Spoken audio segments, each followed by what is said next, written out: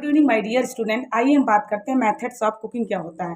Methods of cooking को समझने से पहले सबसे पहले हम बात करना चाहते हैं कि कुकिंग क्या होती है। तो कुकिंग एक कला होती है जिसके द्वारा प्रत्यक्ष और परोक्ष ताप लगाकर भोजन को पकाया जाता है और वही कुकिंग कहलाता है। जब हम मेथड्स ऑफ कुकिंग की बात करते हैं तो हमारे सिलेबस में मेथड्स ऑफ कुकिंग 4 प्रकार की बताई गई है कि 4 प्रकार से हम भोजन को पका सकते हैं। पहला होता है जल के माध्यम से भोजन को पकाना, दूसरा होता है भाप के माध्यम से भोजन को पकाना और थर्ड होता है हमारा चिकनाई के माध्यम से भोजन को पकाना और लास्ट में हम लोग वायु के द्वारा या शुष्क वायु जो होती है उसके द्वारा भोजन को पकाने की बात करते हैं। आइए हम पहली बात करते हैं कि जल द्वारा या जल के माध्यम से भोजन पकाने में सबसे प्रथम नंबर पे आता है उबालना, बॉइलिंग।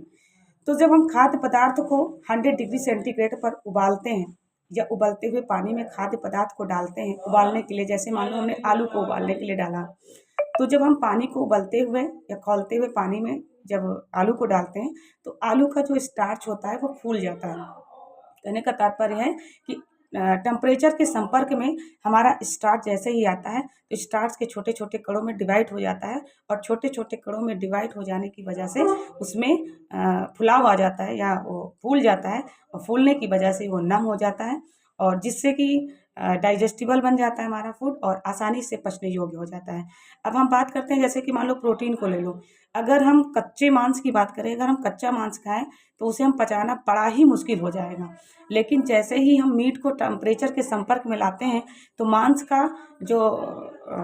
के जो तंतु होते हैं, जो बाइंडिंग होती है तंतुओं में, वो टेम्परेचर के संपर्क में ढीली हो जाती है और ढीली हो जाने की वजह से हमारा मीट मुलायम हो जाता है जो पचने योग्य हो जाता है, जिसे आसानी से पचा लेते हैं और इस पर आसानी से एंजाइम क्रिया करके इसे और सरल रूप में तोड़ देता है। तो आसानी से हम लोग भोजन को पचा सकते हैं। अब जैसे बात करते हैं कि जो ये दूध होता है, जो लोग दूध पीते हैं, तो जो हम कच्चा दूध पीते हैं तो कच्चे दूध में जो प्रोटीन होती है, केसिन प्रोटीन होती है, ये हार्ड प्रोटीन होती है और इस पर जो हम लोग पीते हैं तो स्टमक में जैसे ही पेट में ये दूध जाता है तो स्टमक में ही हमारा रेनिन एंजाइम होता है जो केसिन की प्रोटीन को तोड़ने का काम करता है। लेकिन जब हम कच्चे दूध का इस्तेमाल करते हैं, कच्चे दूध को पीते हैं, तो रेनिन एंजाइम अपना सरलता से काम नहीं कर पाता है, वो बहुत जटिल जटिल हो जाता है। जो केसिन एंजाइम होता है, केसिन प्रोटीन होती है, वो जटिल हो जाती है।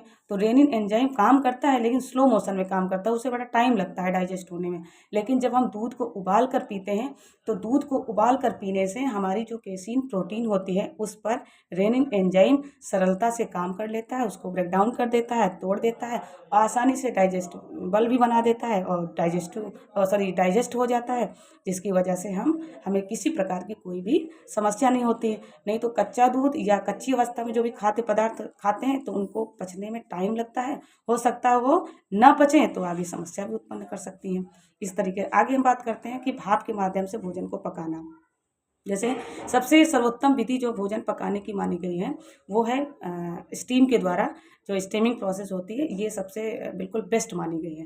तो जब हम भाप के द्वारा भोजन को पकाते हैं तो एक जैसे मान लो प्रेशर कुकर में हमने किसी भी खाद्य पदार्थ को पकाया, तो जब हम किसी भी खाद्य पदार्थ को प्रेशर कुकर में डालते हैं तो इसके जितने भी न्यूट्रिएंट होते हैं, जितने भी पोषक तत्व होते हैं, वो ऊष्मा के रूप में बाहर नहीं निकल पाते हैं और सारे के सारे पोषक तत्व हमारे खाद्य पदार्थ में मिश्रित हो जाते हैं। तो इस वजह से हमारा जो भोजन होता है वो बहुत ही पौष्टिक बनता है और ऐसे भोजन को खाने से हमारे शरीर का वृद्धि और विकास भी होता है और हमारे लिए स्वास्थ्यवर्धक भी बना होता है। इसीलिए सबसे अच्छा भाप के द्वारा भोजन, पका हुआ भोजन को सबसे अच्छा भोजन माना गया है। अब हम बात किए ले रहे हैं कि चिकनाई द्वारा भोजन पकाना। चिकनाई द्वारा भोजन पकाने में जैसे 2 विधियाँ बताई गई हैं इसमें, जैसे डीप फ्राइंग और एक होती है लाइट फ्राइंग, जिसको हल्का तेल लगाकर भोजन को पकाते हैं। जैसे मान लो पराठा हो गया या आमलेट हो गया या चिल्ला हो गया, जो ये बनाते हैं तो हल्का सा तेल लगाकर भोजन को पकाया जाता है। तो हल्का सा तेल लगाकर भोजन को पकाने से ये हमारे लिए स्वादिष्ट भी बन जाता है और जितनी मात्रा में, जैसे एक स्वस्थ मनुष्य को 20 से अभी तक तो 2010 में जो 2010 की जो लिस्ट आई थी, रिकमेंडेड डाइट वाली जो लिस्ट आई थी, उसमें तो बताया गया था आरडीए में कि 20 से 25 ग्राम जो है वसा हमारे लिए ज़रूरी है। लेकिन अब जो ये नया 2020 वाला है इसमें बताया गया है कि 30 से 40 ग्राम वसा पर डे लेना चाहिए। तो हम जब चिल्ला खाते हैं, ये हल्का सा फ्राई करके खाते हैं तो हमारी पूर्ति हो जाती है।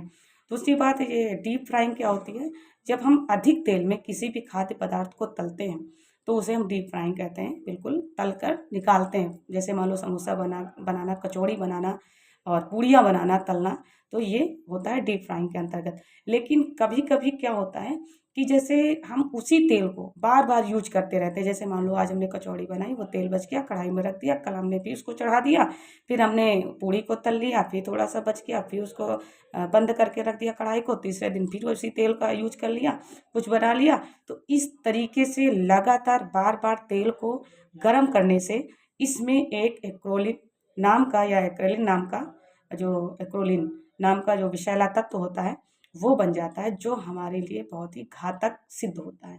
तो ऐसे तेल का इस्तेमाल बार बार गर्म करके नहीं करना चाहिए। जैसे जितना तेल डालो उसको यूज करो, तुरंत खाओ।